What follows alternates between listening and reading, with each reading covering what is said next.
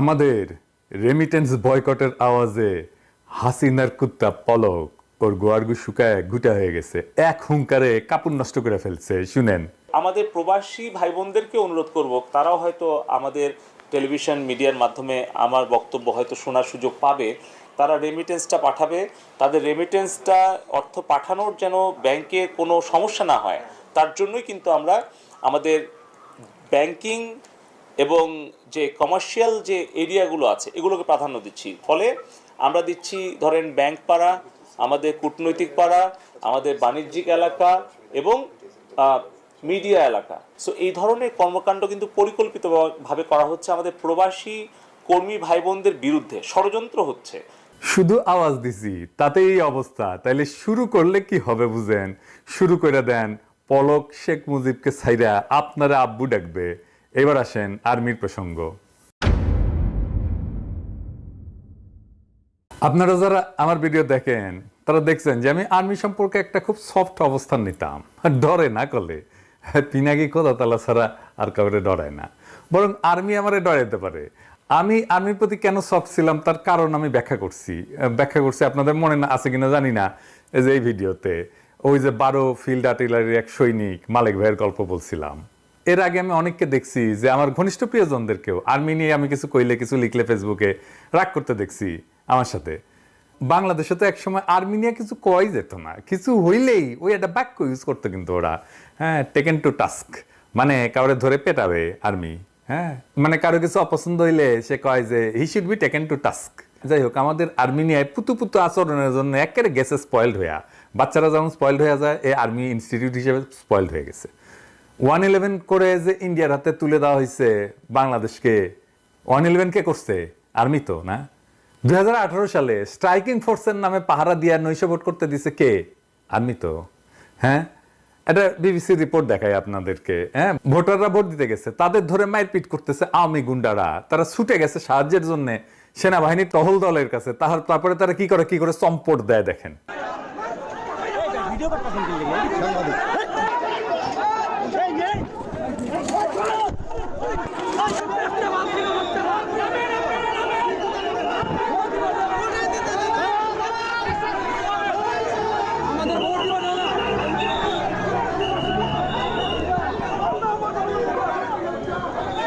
তো এরা তাহলে কি জন্য নামছে মাঠে? কি জন্য নামছে?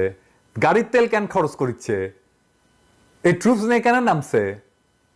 ওই ঘটনা, ওইটা দেখার পরে এই সেনাবাহিনীর উপরে মানুষের রেসপেক্ট, ভালোবাসা সব গেছে, 50% চলে গেছে। আর এখন এইবার বাকিটা গেছে। হ্যাঁ, আমরা আরো ভালো করে যাওয়ার ব্যবস্থা করে দেবো। তো লজ্জা লাগে না ভাই জান আপনাদের? ইলেকশনের আগে সে কি রোয়া ভ্যান করবো ত্যান করবো। হ্যাঁ, আপনারা ভোট দিতে আসেন, অমুক করেন তমুক করেন। দেখেন পরিকল্পনার কথা করছে ইলেকশনের আগে। পরিকল্পনা কি? হ্যাঁ, বলছেন পরিকল্পনা কি? 299টি আসনের জন্য আমরা বেসিক্যালি প্রিপারেশন নিচ্ছি। আমাদের কন্ট্রোল রুমে যেটা কাজ হবে, আপনারা এই যে ম্যাপ দেখতে পাচ্ছেন আসন ভিত্তিক প্রার্থীর পরিসংখ্যান, এই ম্যাপটাতে আছে হলো গিয়ে আমাদের কোন জায়গায় কতগুলো প্রার্থী আছে, স্বতন্ত্র প্রার্থী এবং অন্যান্য প্রার্থী যারা আছে। এবং এখান থেকে আমাদের বেসিক্যালি যে কাজ হবে, এই ম্যাপ থেকে যদি আমি সরাসরি অন্য একটা ম্যাপে চলে যাই, যেমন আপনারা এখানে দেখুন র্যাপিড অ্যাকশন ব্যাটালিয়ন, র্যাব। পুরো বাংলাদেশের র্যাবের যতগুলো ব্যাটালিয়ন আছে, কোন কোন জায়গায় তারা ডিপ্লয়মেন্ট আছে, এবং এখানে র্যাবের সিও এবং কমান্ডিং অফিসার যারা আছে তাদের নাম্বার দেওয়া আছে। আমরা সরাসরি তাদেরকে এখানে হিট করতে পারবো যে কোনো ধরনের কোনো যদি অনাকাঙ্ক্ষিত কোনো সিচুয়েশন চলে আসে। তো বীর জাফর আলী খান সেনাবাহিনী ভূমিকা পালন করছি, পাথরের মতো নিশ্চুপ দাঁড়ায় থেকে। আবার দেখেন এই যে কারফিউ দিতে নামে এই কি কয় বালছিউন। বিভিন্ন স্থাপনে আমরা যখন গিয়েছি, ওখানে যারা ছিলেন তারাও এক বাক্যে বলেছেন যে এখানে স্যার কোনো শিক্ষার্থীরা ছিল না, সমস্ত যা করেছে এটা একটা দুর্বৃত্তায়নের যারা সাথে জড়িত, দেশকে যারা নিশ্চিহ্ন করতে চায় তারাই করতে চেয়েছে।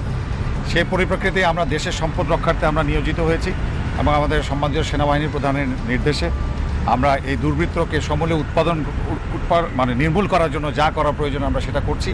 আপনারা দেখছেন যে দেশের এখন জনমনে একটা স্বস্তি, অলরেডি 72 আওয়ার্স আমরা পার করেছি এবং জনমনে স্বস্তি এসছে। স্পষ্ট ভাষায় আমরা বলতে চাই যে বাংলাদেশ সেনাবাহিনী অত্যন্ত সুশৃঙ্খল একটি প্রশিক্ষিত পেশাদার বাহিনী। আমরা আমাদের কার্যপরিধি সম্বন্ধে আমরা জানি এবং যে উদ্দেশ্যে আমরা এসেছি যে দুর্বৃত্তদেরকে নির্মূল করা এবং জনমনে স্বস্তি ফিরে নিয়ে আসা, সেটা আমরা ইনশাল্লাহ পুঙ্খানুপুঙ্খভাবে করব এবং জনমনে দ্রুতই স্বস্তি ফিরে আসবে বলে আশা করি। শুনেছেন দুষ্কৃতিকারী নাকি আমাদের ছেলেরা? কয় ওরা শিক্ষার্থী না তো সারা দেশে মায়েরা বাবারা নামছে না? এই যে রিক্সাওয়ালার ছেলেটা তো মারা গেছে। আমি অনেক কি করবো রে, আমি অনেক কি করবে, সন্তানটা গেছে কামইরা করে আল্লাহ আল্লাহ রে, আমার বাসা দিয়ে আমরা আমার গোলাটা রে বাইরে লাইছে রে ভাই, নাম্বার আছে, ওর পিছনে নাম্বার আছে নাকি? আল্লাহ রে, ফোন দেওয়ার নাম্বার ও আল্লাহ রে, আমার গোলাটা রে ওই নাম্বারে ফোন দেন। তো সে নামবে না? ছেলেগুলি খেলে ছেলের নিরাপত্তার জন্য সে নামবে না? সে দুষ্কৃতিকারী হয়ে গেল? হ্যাঁ, ফাজলামি সুদা। এই বলছেন দেখ, এই যে ছাত্রলীগ পুলিশের সাথে থেকে রাস্তায় রাস্তায় গুন্ডামি করেছে, পুলিশ পাহারা দিচ্ছে, এটা দুষ্কৃতিকারী না? হ্যাঁ, রাস্তা রাস্তায় অস্ত্র হাতে কারফিউর মধ্যে ছাত্রলীগের টহলের ভিডিও আছে, এগুলো দেব আস্তে আস্তে। ফাজলামি করো জনগণের সাথে, হ্যাঁ, বালচুনের বাচ্চা বালচুন। এবার আসেন আর্মির অপরাধ কি এটা দেখি। আর্মি 3টা মারাত্মক অপরাধ করেছে। তারা জাতিসংঘের লোগোযুক্ত হেলিকপ্টার আর আর্মার্ড পার্সোনাল ক্যারিয়ার ইউজ করেছে। এটা সে পাইছে জাতিসংঘের সাথে হওয়া একটা কন্ট্রাক্টের অধীনে, যা শুধুমাত্র জাতিসংঘের ম্যান্ডেট পাওয়া অপারেশনে ব্যবহার করার জন্য। তো এটা কি জাতিসংঘের ম্যান্ডেট পাওয়া অপারেশন ছিল এই কারফিউ, হাসিনার কারফিউ? এটা কি জাতিসংঘের ম্যান্ডেট নিয়ে করা? মিনিমাম প্রফেশনালিজম যদি থাকতো এই কাজ কেউ করে না। এই মাথার মধ্যে বুদ্ধি, এই যে কয় না বুদ্ধি হাঁটুত, হাঁটুত না তো গোড়ালিত গ্যাস হ্যামসে বুদ্ধি মাথাত, এই গিলু নিয়ে আর্মিগিরি করো। হ্যাঁ, তো হাতে তো বন্দুকি দেওয়া উচিত না, মাথার যদি এইরকম এই লেভেলে বুদ্ধি থাকে ওটা যে নেওয়া যাবে না, এই বুদ্ধি কারো মাথাতে আসলো না। এই হেডম নিয়ে আর্মিতে চাকরি করো। তো জাতিসংঘকে আমরা ছেড়ে দিব? হ্যাঁ, জাতিসংঘের মহাসচিবের নামে মামলা করে দিব যদি কোনো ব্যবস্থা না নেয়। হাউ কাউজার লাগাবো ওরা কল্পনা করতে পারতেছে না। 2 নাম্বার, দেখা মাত্র গুলির অর্ডার গ্রহণ করছে, এটা করতে পারে না। 3 নাম্বার, সে গুলি ছুটছেও, বিশ্বাসযোগ্য প্রমাণ আছে, আমার কাছে ভিডিও আছে, আজকে দিলাম না, টাইম লাগবে। সেই জন্যে আর্মি বারে বারে জনগণের বিরুদ্ধে দাঁড়াইতেছে। আর্মি একটা বিজ্ঞাপন করে না, আমি কে? হ্যাঁ, এ শুনেন না, শুনেন। হ্যাঁ, আমি কে? আমি একজন গর্বিত সৈনিক। আমি অজেয়কে জয় করব। আমার কাছে পরাজয়ের কোনো স্থান নাই। সবাই যেখানে থমকে দাঁড়ায় আমি সেখান থেকে শুরু করি। আমি সব সময় শুনেছেন? তুমি আমার বালডা, আর তুমি মির্জাফরের প্রেতাত্মা, যার জন্য আমাদের 200 বছরের গোলামি করা লাগছে। তুমি ইন্ডিয়ার লেসপেন্সার। মইনুল আহমেদ তার চাকরি বাঁচানোর জন্য প্রণব মুখার্জির পা ধরেছিল। আর 111 ঘটা বাংলাদেশকে ইন্ডিয়ার হাতে বানিয়ে তুলে দিছে কে? ইন্ডিয়ার উপনিবেশ বানিয়েছে কে? আর্মি তো। তুমি হইতেছে সেই বাহিনী যে 2টা জিনিস ঠিক থাকলে সব ঠিক, প্যাট আর স্যাট। তাহলে তোমরা কেন রেসপেক্ট করবে বা পাবলিক? তার তো কোনো কাজে আসো না। শাসকের যেটা খুশি সেই নির্দেশ পালন করাটা যখন তোমার আদর্শ, তাহলে আমরা যখন শাসক হয়ে উঠবো আমাদেরও আদেশও এভাবে মানবে। Case finish. হ্যাঁ, তো তোমাদের সাথে আমাদের কিসের খাতির? কোনো খাতির নাই। তুমি চাকর, আমরা মনিব হয়ে থাকবো। তা এখন আমরা কি করব? আমরা আমাদের সমস্ত ক্ষমতা দিয়ে লবি করব যেন বাংলাদেশ আর্মি মিশনে যাইতে না পারে জাতিসংঘের। পুলিশ তো যাবেই না, পুলিশ যেন স্যাংশন খায় সে ব্যবস্থা করব। আপনারা এই যে দরখাস্তে সাইন করবেন, অন্যদেরকে করতে বলবেন। আমি ডেসক্রিপশনে অ্যাপ্লিকেশনের লিঙ্ক দিচ্ছি, আমার ফেসবুকেও থাকবে এই অ্যাপ্লিকেশনের লিঙ্ক। এইটা আমার কোনো উদ্যোগ না, এটা যারা নিছে তাদেরকে আমি ভালো করে চিনিও না। যাই হোক, কিন্তু আমি সমর্থন জানাই, এটা আমার কাছে আসছে, আমি এই সমর্থন জানাই। যত বেশি সিগনেচার জোগাড় করা যাবে ততই এটার ওজন বাড়বে। আপনারা সবাই মিলে সিগনেচার করবেন, শুধু নিজে না, অন্য কেউ সিগনেচার করতে উদ্বুদ্ধ করবেন। আমরা এটা কোটি কোটি সিগনেচার নেব, তারপরে দেখি। এছাড়াও আরো কাজ আমরা শুরু করেছি, বিস্তারিত জানাচ্ছি না। হ্যাঁ, কিন্তু ওদের পেটে লাথি দেওয়ার ব্যবস্থা করা হবে, প্রমিজ। তো মিশন নিয়ে একটা ইন্টারেস্টিং বয়ান আছে কলে, কারা ছড়াইছে জানি না, কিন্তু বলা হয় যে বাংলাদেশ ছাড়া কোনো দেশ তো আর্মি দিতে চায় না জাতিসংঘের শান্তি মিশনে। তাই বাংলাদেশ থেকে আর্মি নিবে না, মানে জাতিসংঘ বরং তেলায় বাংলাদেশ আর্মিকে। দাও দাও আর্মি দাও, আমাদের আর্মি দাও, দাও ভাই দাও, ইনকে করে নাকি তেলায়। আমার কিন্তু অনেকেই কইছে।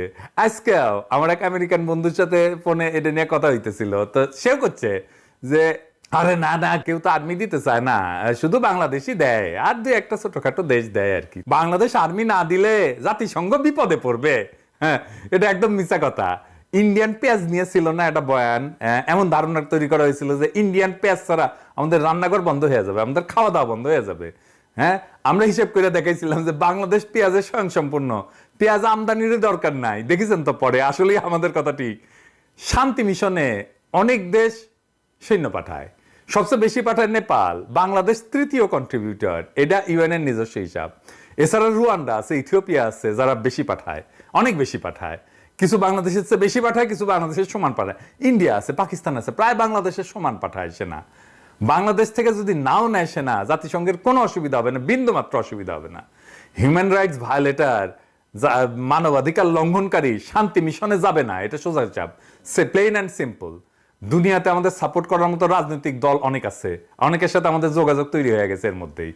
আগে শুধু তো হিউম্যান রাইটস অর্গানাইজেশনগুলোর সাথে ছিল, এখন মিডিয়ার সাথে সম্পর্ক দাঁড়িয়েছে। তারা জানে বাংলাদেশে কি গণহত্যা হয়েছে, আর এই গণহত্যার রক্ত বাংলাদেশের সেনাবাহিনীর হাতে লাইগা আছে।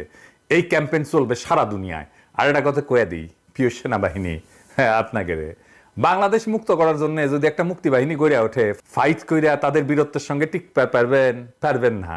হ্যাঁ, ও কুকি চীনের সাথে পারেন না, আর এই উদ্দীপ্ত তারুণ্যের সাথে আপনি কেমনে পারবেন?